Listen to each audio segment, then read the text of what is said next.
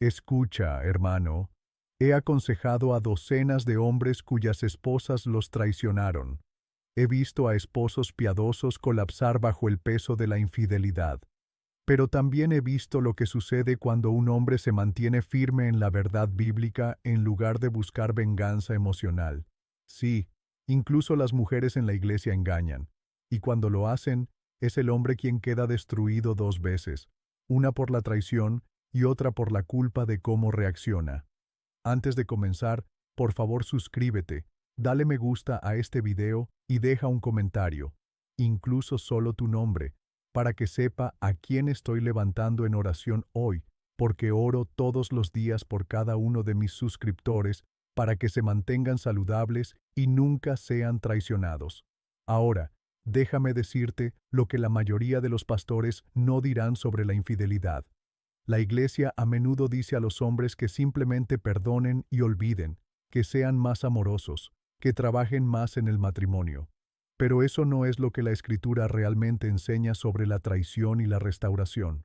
Cuando el rey David descubrió que el esposo de Betsabé era leal mientras él mismo era un adúltero, no solo así arrepintió y siguió adelante. Hubo consecuencias. Hubo arrepentimiento. Hubo un preciso. Lo mismo aplica cuando tú eres la víctima en lugar del perpetrador.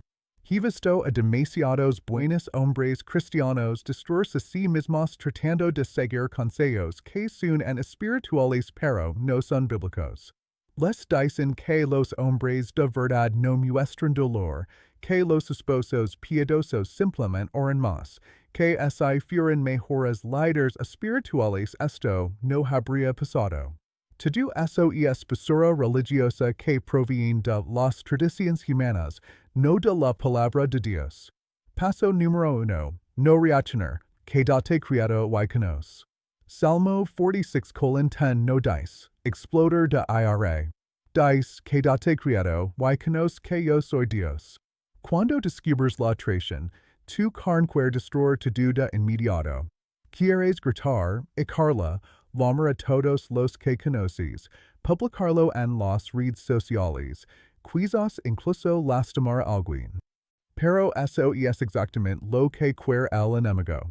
Satanás sabe que así logra que reacciones en la carne en lugar de responder en el espíritu, puede destruir a ti y a tu matrimonio. Quiere que te conviertas en el villano de tu propia historia a través de la ira y la venganza. He visto hombres tomar decisiones en las primeras 48 horas después de descubrir una infidelidad que lamentaron por el resto de sus vidas. Un hermano en mi iglesia inmediatamente echó a su esposa y presentó la demanda de divorcio antes incluso de procesar lo que había pasado. Perdió a sus hijos, su casa, su reputación y cualquier oportunidad de restauración porque reaccionó en lugar de responder. Lo primero que debes hacer es hablar del caos emocional de esas primeras 48 horas. Esto no es debilidad, es obediencia a Dios. Ve a un lugar tranquilo donde puedas procesar esto con el Señor antes de hacerlo con abogados, familia o amigos. Tus emociones te están mintiendo en este momento. Tu dolor te está diciendo que lastimes de vuelta. Tu humiliación te está diciendo que la humilzela. Tu ira te está diciendo que quemes te do. Pero la voz de Dios te está diciendo que te quedes criado y lo permitas mostrar el camino a seguir. Yo le digo a los hombres que esperan al menos 72 horas antes de tomar decisiones importantes. Ora, ayuna si puedes. Lee las escrituras. Deja que el Espíritu Santo habla más fuerte que tu orgullo herido.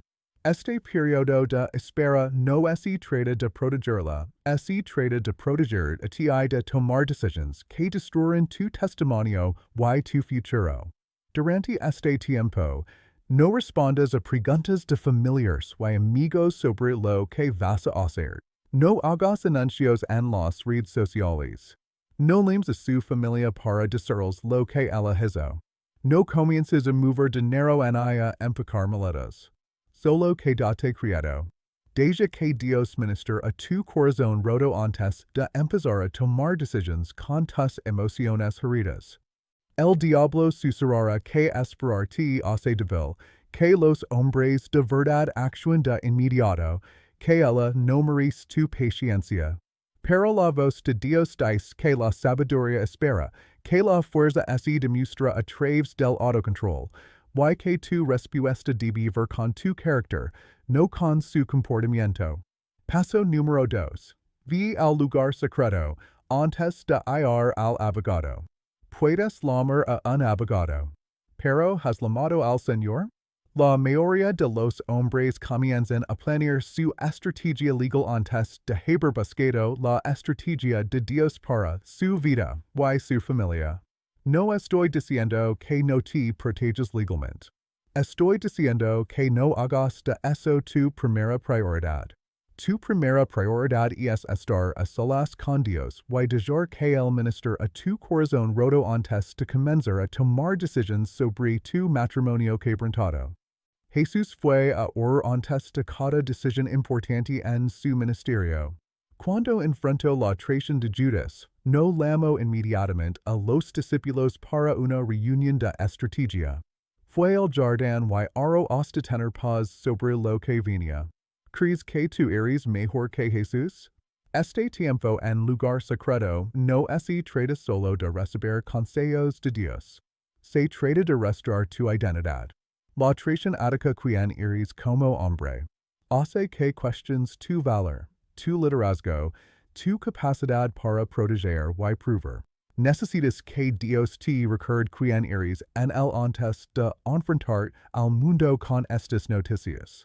Pasa tiempo en el Salmo 139, eres hecho con temor y maravilla. Isaías 43, eres precioso a mis ojos.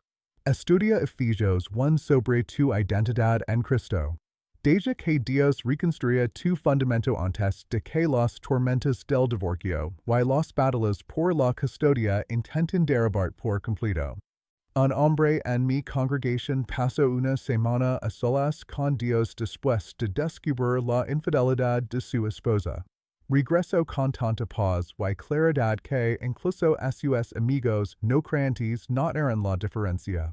Manejó toda la situación con tanta gracia y sabiduría que su esposa finalmente se arrepintió y restauraron su matrimonio. Pero todo empezó con él recuperando su identidad de Dios en lugar de intentar vengarse de ella. Otro hermano no logró restaurar su matrimonio, pero obtuvo algo aún más valioso, recuperó su identidad como hijo de Dios.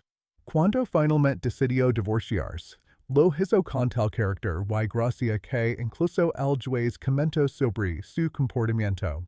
El abogado de su ex esposa le dijo que era una tontería perder a un hombre tan bueno. Paso número 3. Deja que Dios defina tu valor, no su decisión. La traición de ella dice todo sobre su carácter. No dice nada sobre tu valor como hombre. Esta es la mentira que destruye a la mayoría de los hombres después de una infidelidad. El enemigo susurra que ella engañó porque no eres lo suficientemente bueno, fuerte, romántico o exitoso. Pero esa es una mentira demoníaca directamente del infierno. La gente engaña por lo que está roto en su interior, no por lo que falta en su pareja. Una mujer de carácter no traiciona a sus votos porque su esposo olvidó sacar la basura o no compró suficientes flores. He aconsejado a hombres que eran esposos increíbles, fieles, trabajadores, amorosos, padres devotos, cuyas esposas han así elegir en engañar. También he aconsejado a hombres que admiten no ser esposos perfectos, pero nada de lo que hicieron merecía una traición. En ambos casos, la infidelidad era por el carácter roto del infiel, no por el desempeño del esposo. Tu valor proviene de ser hijo de Dios, no de ser su esposo. Eres precioso para Dios antes de conocerla, y sigues siendo precioso para Dios después de que ella te traicionó. No dejes que sus decisiones pecaminosas redefinen tu identidad dada por Dios. Un hermano mi dijo que después de la aventura de su esposa, empezó a creer que no valía nada. Dejó de cuidarse, dejó de perseguir sus metas, dejó de creer que Dios tenía buenos planes para su futuro. Tomó meses de estudio de las escrituras y oración para recuperar su confianza, pero cuando lo logró, todo cambió. Comenzó a comportarse como el rey que Dios crió que fuera, y la gente lo notó. El diablo quiere usar su traición para hacer creer mentiras sobre ti mismo que destruirán tus futuras relaciones, tu paternidad, tu ministerio, tu llamado. No lo de esa victoria. Aferrate a la palabra de Dios sobre quien eres, no a sus decisiones sobre tu valor. Esto es lo que el enemigo quiere que crees, que no eres lo suficientemente hombre para mantener a una mujer fiel, que eres un fracaso como esposo, que nunca podrás confiar de nuevo, que todas las mujeres son iguales, que Dios debe estar castigando por algo. Cada uno de esos pensamientos es una mentira del infierno diseñada para destruir tu futuro. La verdad de Dios es esta: eres su amado hijo, elegido antes de la fundación del mundo, sellado con su espíritu, destinado a buenas obras que él preparó de antemano para que camines en ellas. Su traición no cambia nada de eso. Sus decisiones no definen tu destino. Paso número 4. Establece límites con amor, no con amargura. Aquí es donde la mayoría de los hombres cristianos se confunden. La Iglesia a menudo enseña que el perdón significa restauración y confianza inmediatas. Pero eso no es lo que enseña la Escritura. El perdón es mandatorio. La reconciliación es optional y depende del arrepentimiento. Mira cómo Dios maneja la traición. Él perdona, pero no finge que nada pasó. Hay consecuencias por el pecado incluso después del perdón. Existe un proceso de restauración que requiere un arrepentimiento genuino, no solo disculpas. Si tu esposa no está sinceramente arrepentida, esa solo lamenta haberse quedado atrapada, esa te culpa por sus decisiones, esa minimiza lo que hizo, entonces la reconciliación no es sabia ni bíblica. Puedes perdonarla en tu corazón mientras proteges tu vida de más daños. Los límites bíblicos van así: te perdono, pero no puedo confiar en ti hasta que vea un cambio genuino con el tiempo. No me expondré a más traiciones mientras decides si quieres ser fiel. Te trataré con respeto, pero no fingir que esto no pasó o que nuestro matrimonio está bien. Recuerda la historia de Oseas. Sí, Dios le dijo que persiguiera a su esposa infiel. Pero observa que incluso Dios permitió que los israelitas vagaran por el desierto cuando fueron infieles. Él todavía los amaba, pero no pretendió que su traición no importara. Hubo consecuencias y un proceso de restauración. Algunos hombres piensan que establecer límites es unforgiving o severo.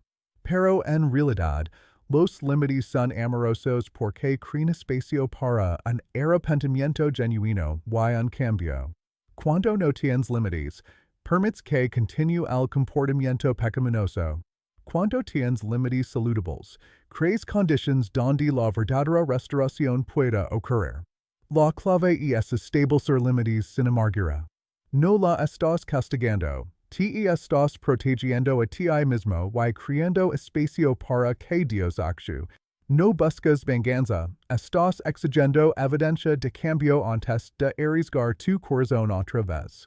Los límites bíblicos podrían incluir arreglos de convivencia separados hasta que se reconstruya la confianza, transparencia total con teléfonos y computadoras, terminar todo contacto con los amantes, asistir a consejería juntos y por separado, divulgación financiera completa y límites de tiempo en el proceso de restauración. No estás siendo implacable al exiger estas cosas. Estás siendo sabio. Proverbios dice: el simple cree de pero el prudente medita sus pasos. Un hombre prudent protege su corazón mientras deja espacio para un arrepentimiento genuino y un cambio. Paso número 5. Permite que Dios use tu dolor como ministerio. Romanos 8:28 No dice que todas las cosas son buenas. Dice que Dios obra todas las cosas para bien de los que aman a Dios, y son llamados según su propósito. Tu traición no fue buena, pero Dios puede usarla para bien si lo permits. He visto a Dios transformar el dolor de los hombres en un ministerio poderoso para otros esposos que también sufren. Cuando has atravesado el valle de la traición y has salido con tu fe intacta, puedes guiar a otros hombres por el mismo valle. Tus cicatrices se convierten en tus credentials ministerials. Pero esto solo sucede si no te vuelves amargado. La amargura hace que tu dolor sea inútil. Convierte tu testimonio en una advertencia en lugar de una esperanza. Cuando manejas la traición con sabiduría y gracia bíblicas, tu vida se convierte en prueba de que Dios puede sostener a un hombre en cualquier circunstancia. Un hombre en mi iglesia descubrió la infidelidad de su esposa hace 3 años. La manejó tan bien, con perdón pero también con sabiduría, con amor pero también con límites, que ahora asesora a parejas jóvenes casadas. Su matrimonio fue restaurado, pero incluso si no lo hubiera sido, su carácter a través de la prueba lo calificó para ayudar a otros. No desperdicies tu dolor ahogando en él. No desperdicies tu prueba volviendo amargado por ella. Deja que Dios redima tu sufrimiento usándolo para ayudar a otros hombres a evitar los errores que tú cometiste y encontrar la fuerza que tú encontraste. Tu dolor tiene un propósito si dejas que Dios lo use. Tu prueba tiene un significado si dejas que Dios la transforme. Tu traición puede convertirse en tu ministerio si la manejas con sabiduría bíblica en lugar de venganza mundana. Esto no significa que te conviertas en una alfombra o que ignores el daño real que se hizo. Significa que dejas que Dios te muestre cómo responder como un hombre de Dios en lugar de reaccionar como un hombre del mundo. Tu dolor se convierte en tu plataforma. Tu prueba se convierte en tu testimonio. Tu caos se convierte en tu mensaje. Pero solo si lo manejas con sabiduría bíblica y dejas que Dios redima lo que el enemigo quiso para mal. He visto hombres convertirse en poderosos consejeros matrimoniales porque sobrevivieron a la infidelidad con su fe intacta. He visto hombres comenzar ministerios para ayudar a otros esposos traicionados porque aprendieron a atravesar la traición sin volverse amargos. He visto hombres convertirse en mejores padres porque su dolor les enseñó cómo es el amor verdadero. Esto es lo que he aprendido de aconsejar a hombres a través de la infidelidad durante más de 20 años. Los hombres que salen más fuertes son aquellos que dejan que Dios defina su respuesta en lugar de dejar que sus emociones controlen sus decisiones. Son los que buscan sabiduría bíblica antes de buscar consejo legal. Son los que protegen su testimonio mientras protegen sus corazones. Los hombres que se destruyen son aquellos que reaccionan en la carne, buscan venganza en lugar de restauración, y dejan que la amargura envenene su futuro. Ellos ganan la batalla pero pierden la guerra porque se convierten en alguien que no reconocen en el preciso. Hermano, si te han traicionado, tienes una opción. Puedes volver amargado o bíblico. Puedes buscar venganza o restauración. Puedes permitir que esto destruya tu carácter o que desarrolle tu carácter. El enemigo quiere usar su traición para destruir tu fe, tu futuro y tu llamado. Dios quiere usar tu respuesta a su traición para fortalecer tu fe, preparar tu futuro y expandir tu ministerio. Tu eliges que vos escuchar.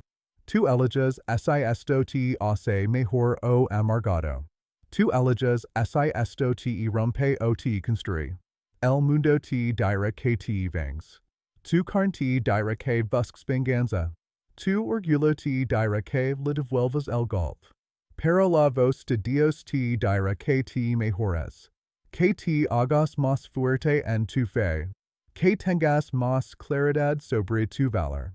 Que seas más sabio en las relaciones.